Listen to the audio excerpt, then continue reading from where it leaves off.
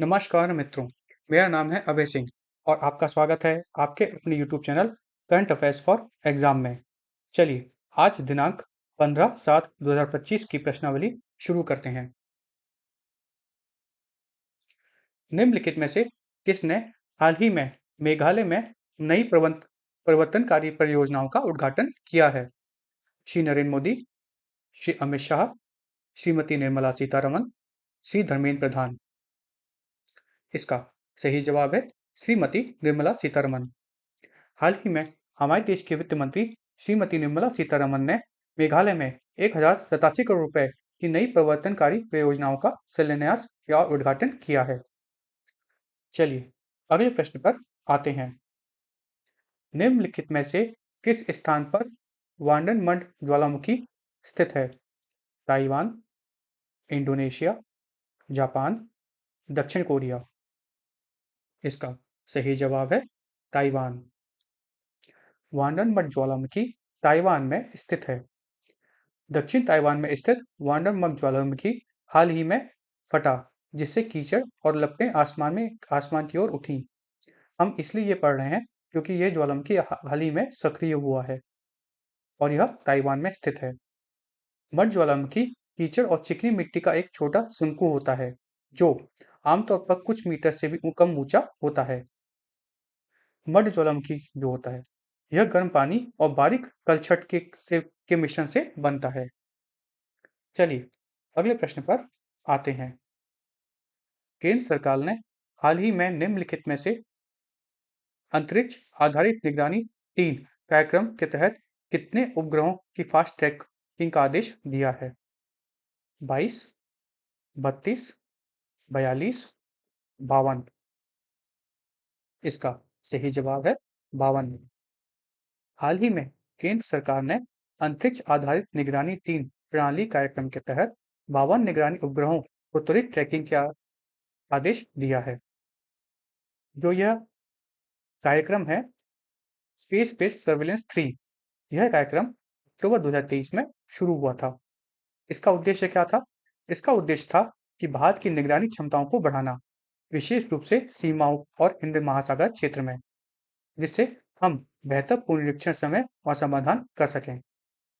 इस कार्यक्रम में 52 उपग्रहों का प्रक्षेपण किया जाएगा, जिसमें से 21 इसरो द्वारा किए जाएंगे और 31 जो हैं वह निजी कंपनियों द्वारा किए जाएंगे। यह इंपॉर्टेंट है, इसके बारे में पढ़ना। निम्नलिखित में से किस राज्य सरकार ने हाल ही में मुख्यमंत्री वृंदावन ग्राम योजना शुरू की है?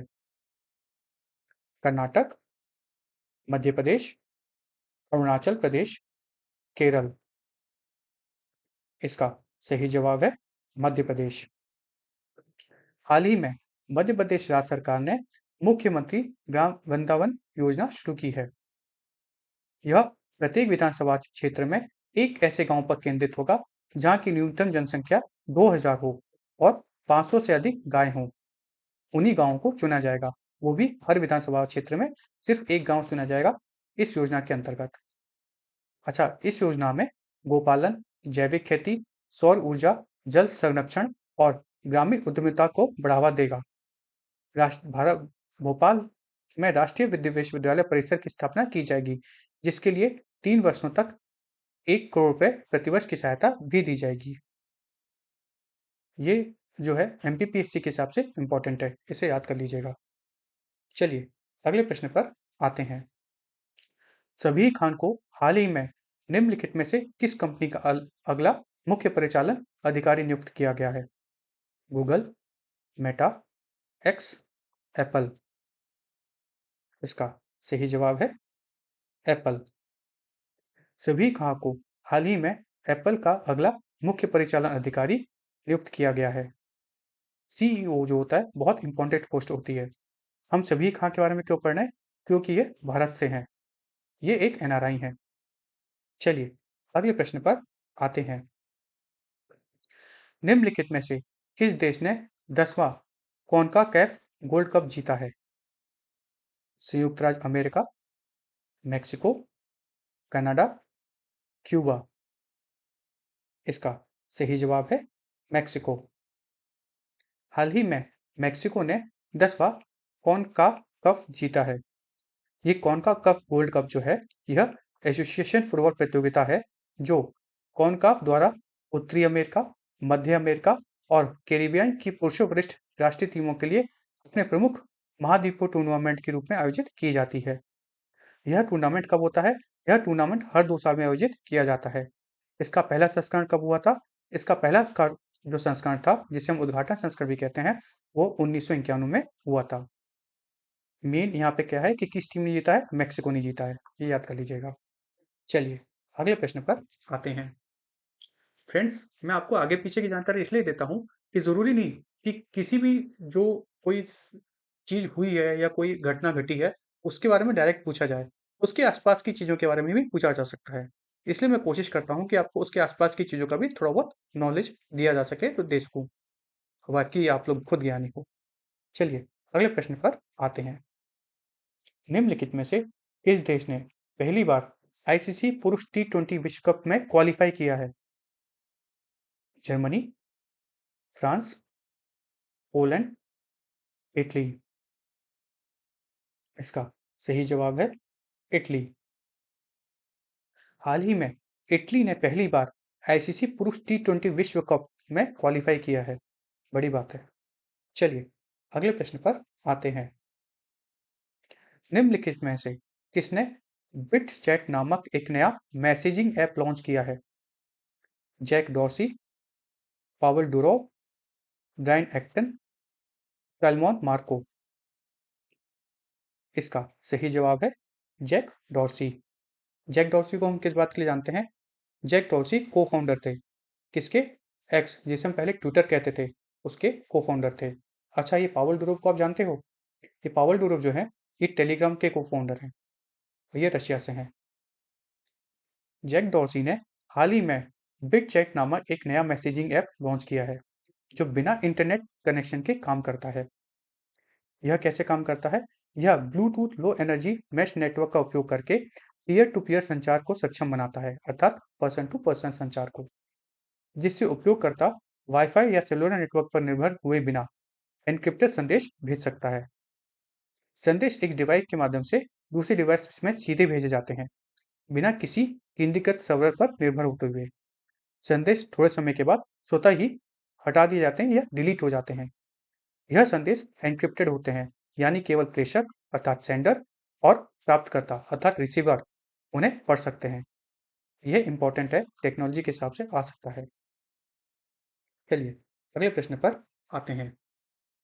निम्नलिखित में से कौन हिंदुस्तान यूनिलीवर लिमिटेड के सीईओ और एमडी बने हैं? सलील पारेख, गोपाल विट्ठल, विनय प्रकाश, प्रिया नायर। इसका सही जवाब है प्रिया नायर। प्रिया नायर हिंदुस्तान यूनिलीवर लिमिटेड पहली महिला सीईओ एमडी बनी है। चूंकि ये पहली महिला सीईओ एमडी बनी है, इसलिए ये आ सकता है। चलिए अगले प्रश्न पर आते हैं। निम्नलिखित में से किस देश ने हाल ही में संयुक्त राष्ट्र फोंसेका अल्बेनीज पर प्रतिबंध लगा दिया है? Japan, Australia, America, Philippines. इसका सही जवाब है अमेरिका। हाल ही में अमेरिका ने संयुक्त राष्ट्र की फोंसेका अल्बेनीजी पर प्रतिबंध लगाया है। यह प्रतिबंध क्यों लगाया है? कि उनके द्वारा जो अमेरिका और इजरायली अधिकारी, कंपनी और अधिकारियों के खिलाफ अंतर्राष्ट्रीय आपराधिक न्यायालय की कार्रवाई को प्रेरित करने के लिए जो आवाज उठाई जाती है उसके या प्रयास किए जाते हैं, उसके कारण उन पर प्रतिबंध लगाया है, अर्थात वो यूएसए में एंट्री नहीं कर सकती। चलिए अगले प्रश्न पर आते हैं। तिरुचेंदूर सुब्रमण्यम स्वामी मंदिर निम्नलिखित में से किस राज्य में स्थित है? तमिलनाडु, कर्नाटक, आंध्र प्रदेश, केरल। इसका सही जवाब है तमिलनाडु। तिरुचेंदूर स्वामी सुब्रमण्यम स्वामी मंदिर तमिलनाडु के तूतुकुड़ी जिले के तिरुचेंदूर में स्थित है।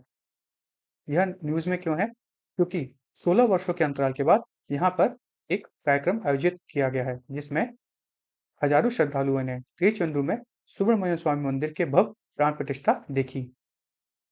कितने साल बाद? 16 वर्षों बाद। इसलिए यह इंपॉर्टेंट है, आ सकता है। यह मंदिर भगवान शिव और देवी पार्वती के पुत्र भगवान मुरुगन को समर्पित है। यह भगवान मुरुगन के 6 पवित्र निवासों में से एक है और समुद्र तट पर स्थित एकमात्र निवास है। फ्रेंड्स, ये इंपॉर्टेंट है। चलिए अगले प्रश्न पर आते हैं। निम्नलिखित में से किसने व्यापार सुविधा सम्मेलन 2025 का उद्घाटन किया? श्री नरेंद्र मोदी, श्री पंकज चौधरी, श्री अमित शाह, श्री धर्मेंद्र प्रधान। इसका सही जवाब है श्री पंकज चौधरी। वित्त राज्य मंत्री श्री पंकज चौधरी ने व्यापार सुविधा सम्मेलन 2025 का हाल ही में उद्घाटन किया है। यह अपनी तरह का पहला केंद्रीय राजस्व नियंत्रण प्रयोगशाला अर्थात central revenue control laboratory (CRCL) द्वारा एवं केंद्रीय अप्रत्यक्ष कर अर्थात central board of indirect taxes and custom द्वारा आयोजित किया गया एक सम्मेलन है। चलिए अगले प्रश्न पर आते हैं। निम्नलिखित में से किस राज्य सरकार ने शहरी गरीब महिलाओं को डिजिटल रूप से सशक्त बनाने के लिए डिजी लक्ष्मी योजना शुरू की है? फ्रेंड्स, ये इंपॉर्टेंट है। डिजी लक्ष्मी योजना बिहार, केरल, आंध्र प्रदेश, तमिलनाडु। इसका सही जवाब है आंध्र प्रदेश। हाल ही में आंध्र प्रदेश सरकार ने शहरी गरीब महिलाओं को डिजिटल रूप से सशक्त बनाने के लिए डिजी लक्ष्मी योजना शुरू की है। किसने ये शुरू की है? आंध्र प्रदेश सरकार ने। एपीपीएससी में इंपॉर्टेंट है, यूपीएससी में भी आ सकता है, क्योंकि ये योजना महिलाओं को सशक्त बनाने के लिए है। इस पहल से राज्य के सभी शहरी स्थानीय निकायों में 9,034 सामान्य सेवा केंद्र स्थापित किए जाएंगे, जिसका प्रबंधन पात्र स्वयं सहायता समूह महिलाओं द्वारा किया जाएगा। यह योजना सरकार की एक परिवार एक उद्यमी योजना का हिस्सा है। इसका उद्देश्य एसएचजी सेल्फ हेल्प ग्रुप अर्थात स्वयं सहायता समूह को लघु एवं मध्यम उद्योगों में परिवर्तित करना है। एक अपने तरह की अनूठी पहल है। चलिए अगले प्रश्न पर आते हैं। निम्नलिखित में से कौन सा भारत का पहला स्वदेश निर्मित डाइविंग स्पोर्ट वेसल है जिसे भारतीय नौसेना में हाल ही में सौंपा गया है? आईएनएस निस्तार, आईएनएस सिंधु रक्षक, आईएनएस वाक्षीर, आईएनएस कमल। इसका सही जवाब है आईएनएस निस्तर। आईएनएस निस्तर भारत का पहला स्वदेश निर्मित गोताखोर सहायता पोत है, जिसे हाल ही में भारतीय नौसेना में सौंपा गया है। इसे हिंदुस्तान शिपयार्ड लिमिटेड द्वारा विशाखापट्टनम में भारतीय नौसेना को वितरित किया जाता है। जहाज का नाम निस्तर रखा गया है, जो एक संस्कृत नाम है जिसका अर्थ है मुक्ति, बचाव या मोक्ष। यह जहाज गहरे जलमग्न बचाव पोत के लिए मदरशिप के रूप में काम करेगा। यह पोत गहरे समुद्र में गोताखोरी और बचाव कार्यों के लिए डिजाइन किया गया है। 300 मीटर तक संतृप्त गोताखोरी और 1000 मीटर तक की गहराई तक बचाव कार्यों के लिए दूर से संचालित वाहनों जैसी उन्नत क्षमताओं से सुसज्जित है। ये इंपॉर्टेंट है, आईएनएस निस्तर। इसके बारे में याद कर लीजिएगा। चलिए अगले प्रश्न पर आते हैं। बेगोनिया न्यूज़ुम ओरेम हाल ही में निम्नलिखित में से किस राज्य में खोजा गया है? तमिलनाडु, कर्नाटक, केरल, अरुणाचल प्रदेश। इसका सही जवाब है अरुणाचल प्रदेश। अरुणाचल प्रदेश के वन अधिकारियों ने हाल ही में पूर्वी तवांग जिले में बेगोनिया न्यूज़ुम नामक एक नई फूलदार पौधे की प्रजाति की खोज की है। चलिए अगले प्रश्न पर आते हैं। कॉर्निक ब्रिज निम्नलिखित में से किस राज्य में स्थित है? असम, महाराष्ट्र, मणिपुर, नागालैंड। इसका सही जवाब है महाराष्ट्र। महाराष्ट्र के मुंबई में कॉर्निक ब्रिज का नाम बदलकर हाल ही में ऑपरेशन सिंदूर के नाम पर रखा गया है, जो पाकिस्तान के खिलाफ भारतीय सशस्त्र बलों का हालिया सफलता थी। कॉर्निक ब्रिज को असुरक्षित घोषित किया था कब? नवंबर 2022 तथा इसमें नवंबर 2022 के तीसरे सप्ताह में मध्य रेलवे अधिकारियों द्वारा कॉर्निक ब्रिज को ध्वस्त कर दिया गया था। अच्छा, इसका फिर पुनर्निर्माण किया गया, जो 1 जून को यह बनकर तैयार हो गया था। इस पुल की लंबाई 328 मीटर है और इसका नाम अब क्या रखा गया? ऑपरेशन सिंदूर के नाम पर रखा गया है। अच्छी पहल है। चलिए अगले प्रश्न पर आते हैं। निम्नलिखित में से किस मंत्रालय ने अनुसंधान विकास और नवाचार योजना का संचालन किया? आयुष मंत्रालय, विज्ञान और प्रौद्योगिकी मंत्रालय, वाणिज्य और उद्योग मंत्रालय, कृषि और एवं किसान कल्याण मंत्रालय। इसका सही जवाब है विज्ञान और प्रौद्योगिकी मंत्रालय। हाल ही में अनुसंधान विज्ञान और नवाचार योजना विज्ञान और प्रौद्योगिकी मंत्रालय की एक पहल है, जिसका उद्देश्य नवीन प्रौद्योगिकी और उत्पादों के विकास को गति देने के लिए बुनियादी और अनुप्रयुक्त अनुसंधान में निजी क्षेत्र के निवेश को बढ़ाना है। प्रधानमंत्री की अध्यक्षता में केंद्रीय मंत्रिमंडल ने अनुसंधान एवं विकास, विशेष रूप से रणनीतिक और उभरते क्षेत्रों में निजी क्षेत्र के निवेश को बढ़ाने के लिए 1 लाख करोड़ के अनुसंधान, विकास और नवाचार की योजना को मंजूरी दी है। इस योजना का उद्देश्य आर्थिक सुरक्षा, रणनीतिक उद्देश्य और आत्मनिर्भरता पर ध्यान केंद्रित करते हुए निजी क्षेत्र को अनुसंधान, विकास और नवाचार के बढ़ावा देने के लिए प्रोत्साहित करना है। फ्रेंड्स, आज की प्रश्नावली यही समाप्त होती है। चलिए आज जो हमने पढ़ा उसका रिवीजन कर लेते हैं। केंद्रीय वित्त मंत्री श्रीमती निर्मला सीतारमण ने मेघालय में 1087 करोड़ रुपए की नई परिवर्तनकारी योजनाओं का शिलान्यास और एवं उद्घाटन किया। वार्डन मठ ज्वालामुखी ताइवान में स्थित है। यहाँ पे इंपॉर्टेंट क्वेश्चन क्या है? वार्डन मठ कहाँ स्थित है? ताइवान में। और मठ ज्वालामुखी क्या होता है उसके बारे में मैंने आपको पहले बताया है, वो इंपॉर्टेंट है।